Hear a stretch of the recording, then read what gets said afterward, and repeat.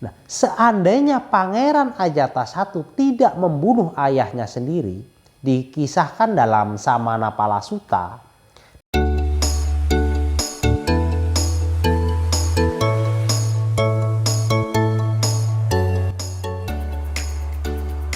sahabat siswa Buddha, sebelumnya Namo Buddhaya. Asewana cak balanang panditanan cak sewana, puja cak pujanianang eta manggala mutamang. Tak bergaul dengan orang-orang dungu, bergaul dengan para bijaksana, menghormat yang patut dihormat adalah berkah utama. Manusia adalah makhluk sosial. Hidup berbaur, berdampingan dengan manusia lain. Hal ini sangatlah lumrah, karena pada dasarnya manusia sebagai makhluk sosial saling membutuhkan satu sama lain. Baik dalam lingkup keluarga, teman sebaya, maupun masyarakat. Meski sebagai seorang pertapa sekalipun, juga masih memerlukan yang namanya pergaulan. Masih memerlukan teman baik atau kalyanamita. Masih memerlukan umat rumah tangga sebagai penyokong hidupnya.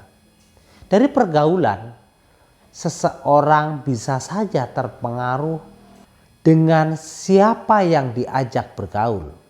Dari pergaulan juga seseorang bisa menemukan inspirasi, menemukan pengertian yang belum pernah dipelajari, dan menemukan motivasi yang bisa menjadikan semangat menuju keberhasilan ataupun semangat hidupnya.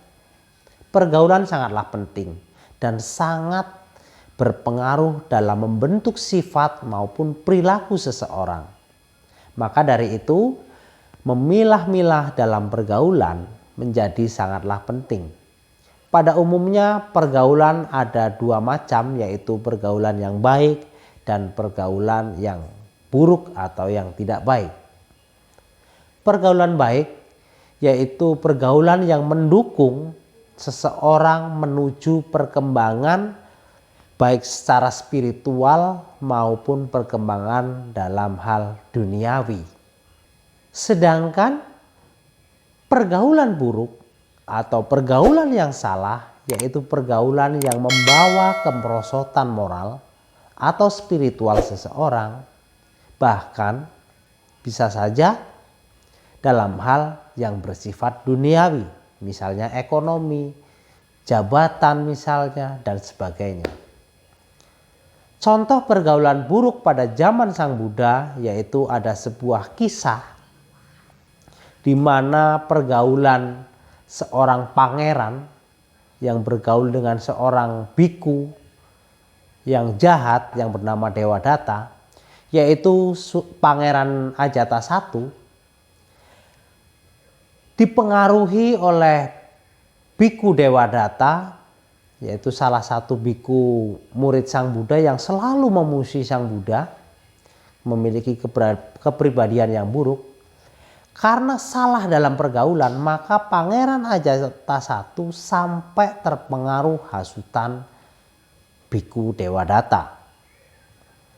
Biku Dewadatta mempengaruhi Pangeran Ajatasattu untuk mendapatkan tahta atau kekuasaan sebagai raja, yaitu untuk menyingkirkan ayahnya atau melenyapkan ayahnya, kemudian merebut tahta ayahnya. Diceritakan bahwa Ajatasattu setelah terpengaruh akhirnya merencanakan untuk menggulingkan kekuasaan ayahnya, yaitu Raja Bimbisara. Namun Raja Bimbisara yang mengetahui rencana anaknya, beliau menyerahkan tahta kerajaan itu seperti yang diinginkan anaknya. Pangeran Ajatasattu tidak puas sampai di situ. Tidak puas hanya mendapatkan tahta, tetapi Pangeran Ajatasattu ingin membunuh ayahnya. Lalu menangkap dan memasukkan ayahnya ke dalam penjara. Ajatasattu memerintahkan supaya ayahnya tidak diberi makan ingin ayahnya menderita sampai mati. Hanya menginginkan ibunya yang bebas mengunjungi ayahnya di penjara, ibunya selalu membawakan makanan untuk suaminya. Namun setelah Pangeran Ajatasattu mengetahui, ia lalu melarang ibunya untuk membawa makanan untuk ayahnya, bahkan tidak boleh menjenguknya.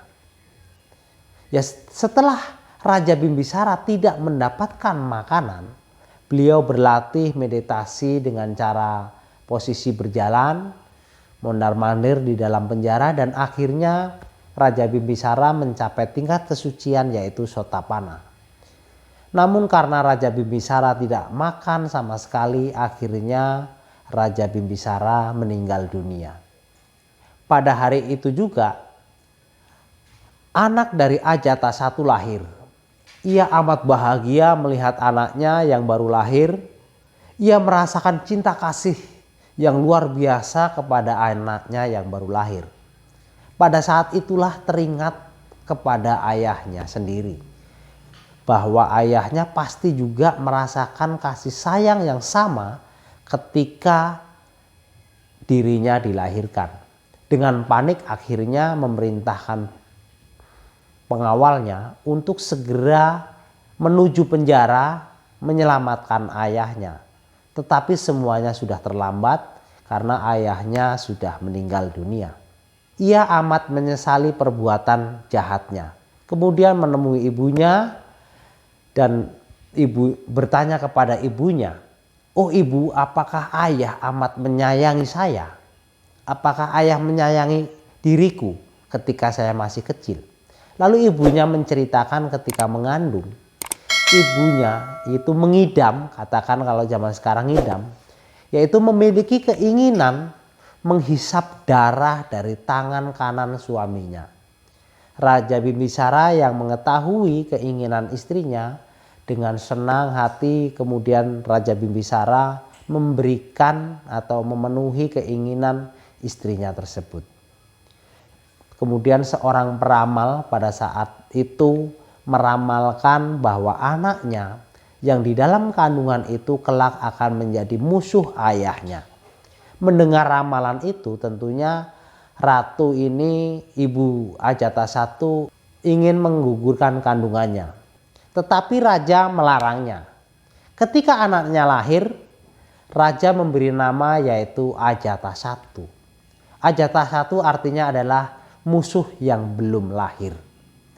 Nah, seandainya Pangeran Ajatasattu tidak membunuh ayahnya sendiri, dikisahkan dalam Samanapala Sutta bahwa Ajatasattu sewaktu duduk mendengarkan dhamma dari Sang Buddha, mata dhamma yang murni tanpa noda, dikatakan begitu, akan muncul dalam dirinya dan akan mencapai tingkat kesucian pertama yaitu Sotapanna. Tetapi karena telah membunuh ayahnya, maka Ajatasattu tidak mencapainya. Dari contoh inilah bahwa pergaulan salah membawa banyak kerugian, juga membawa penderitaan di kehidupan ini, saat ini maupun kehidupan yang akan datang. Sebaliknya ada sebuah contoh juga, yaitu pergaulan yang baik. Di zaman Sang Buddha ada sebuah kisah di mana ada dua orang yang bersahabat, yaitu Upatissa dan Kolita.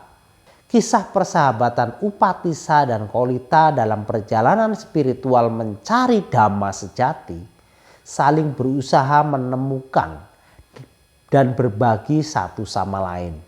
Sehingga Upatissa dan Kolita sebelum berpisah membuat kesepakatan, siapa saja yang menemukan dhamma sejati terlebih dahulu, maka akan memberitahukan satu sama lain. Kemudian Upatissa setelah bertemu dengan Biku Asaji dan mendapatkan ajaran singkat tentang 4 kebenaran mulia, Upatissa mencapai kesucian pertama yaitu Sotapanna. Setelah itu Upatissa mencari sahabatnya yaitu Kolita dan mengulang ucapan yang disampaikan Bante Asaji, sehingga Kolita mencapai kesucian Sotapanna. Kemudian Upatissa yang sebelumnya sudah bertanya tentang keberadaan Sang Buddha kepada Bante Asaji, lalu bersama Kolita dan 250 pengikutnya menemui Sang Buddha dan memohon untuk menjadi seorang biku atau menjadi murid Sang Buddha.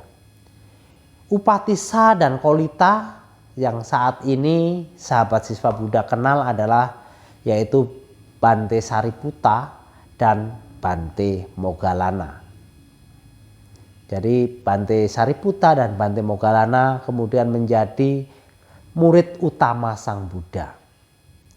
Bante Sariputta dan Bante Moggallana merupakan contoh persahabatan yang baik dalam sebab perkembangan kualitas spiritual. Pergaulan seperti inilah yang sangat baik untuk dijadikan contoh, dijadikan inspirasi, membawa banyak manfaat, menuju keberhasilan dalam kehidupan saat ini maupun kehidupan mendatang. Sahabat siswa Buddha, dapat kita mengambil kesimpulan bahwa kita harus pandai-pandai dalam berteman. Jika ada pendapat atau masukan dari teman yang kurang baik atau akan menjerumuskan diri kita, kita sebaiknya menghindar. Jangan mengikuti. Ada ungkapan yang mengatakan bahwa musuh yang membahayakan diri kita adalah orang jahat yang menjadi sahabat kita. Demikian sahabat siswa Buddha, semoga bermanfaat. Saya akhiri, Sabe Sata Bhawantu Sukhitata. Semoga semua makhluk hidup berbahagia. Sadu, sadu, sadu.